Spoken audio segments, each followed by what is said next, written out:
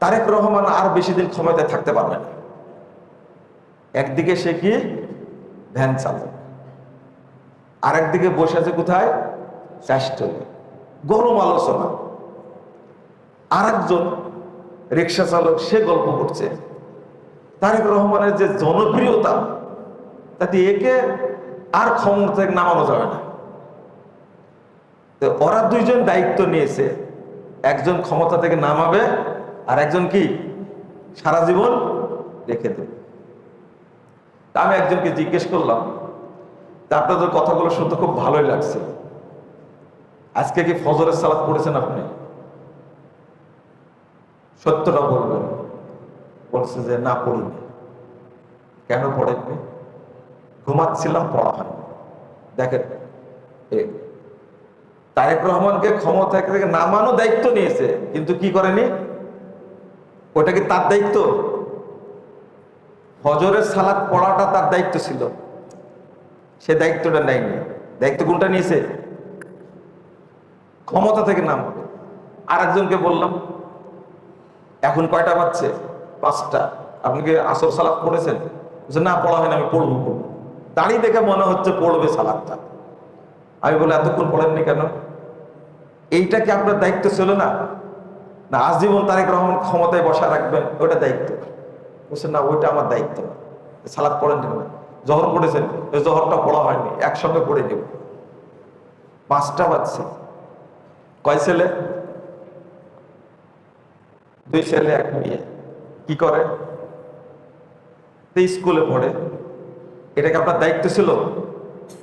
খেয়াল করবেন, আমরা বাঙালিরা জীবনে, পরিবারে, সংসারে, সম্পদে, ব্যবসা বাণিজ্য, রাজনীতিতে কোথাও উন্নতি করতে পারবো না, কারণ নিজেকে নিয়ে ব্যস্ত না। ব্যস্ত কাকে নিয়ে? অন্যকে নিয়ে। এই জন্য আউসু আনফুসাকুম, নিজেদেরকে আগে নসিহত করো। আমরা কি করছি? জিজ্ঞেস করলাম, আপনি কি জানেন আজকে ফজর সালাত আপনার ভাই পড়েছে কিনা? বলছে এটা বলতে পারবো না। এইটা কি দায়িত্ব ছিল না? হ্যাঁ, দায়িত্ব ছিল। করেননি কেন? আসলে এইভাবে তো বুঝিনি। ওই বড়টা বুঝলে আর ছোটটা বোঝার দায়িত্ব থাকে, ছোটটা চিন্তা করবে। এটা হলো আমরা বাঙালি। নিজের সন্তান, 3টা সন্তান, একটা নামাজ পড়েছে কিনা খোঁজ নেয়নি। আমরা নিজেদের চিন্তা করি না। এত সুন্দর সুন্দর কথা বললেন, মানে একজন হলো জামাত ইসলামের সমর্থক আর একজন কার সমর্থক? বিএনপির সমর্থক। জামাত ইসলামের সমর্থক, ও দাড়ি নাই। আমি বললাম যে দাড়িটা রাখেননি কেন? আপনি রাষ্ট্রে ইসলাম কায়েম করবেন, ভালো কথা, কিন্তু নিজের দেহে করেননি কেন? আপনার মনে বুঝলেন না, তাই না? আগে নিজের দেহে ইসলাম কায়েম করা জরুরি না রাষ্ট্রে কায়েম করা জরুরি?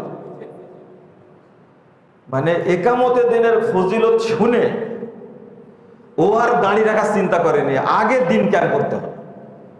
দিন কায়েমটাই বুঝে না, দিন কায়েমটা বুঝে না। দাঁড়িয়ে রাখেননি কেন?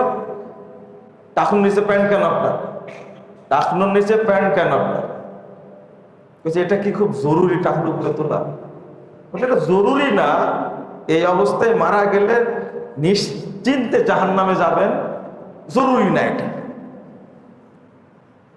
আপনার জাহান্নাম ফাইনাল। এইভাবে যদি মরে যান, তা আপনি নিজে করেননি কেন? আপনি বসে বসে সমালোচনা করছেন, অমুক এটা করেছে, অমুক এটা করেছে। কথাটা কি সত্য? আপনি বলেন। কি খালেদা যে অনেক আগে মারা গেছে, পরে জানাজা হয়েছে, আপনি কনফার্ম কে? আপনি বলেন, সত্যটা বলেন। আপনি কি জানছেন? কার কাছ থেকে জানছেন? আপনি ওই চিন্তা করতে গেলেন। আপনার বাড়িতে একজন মহিলা এসে গীবত করে গেছে, আপনার বউ জানে, আপনি জানেন না কেন?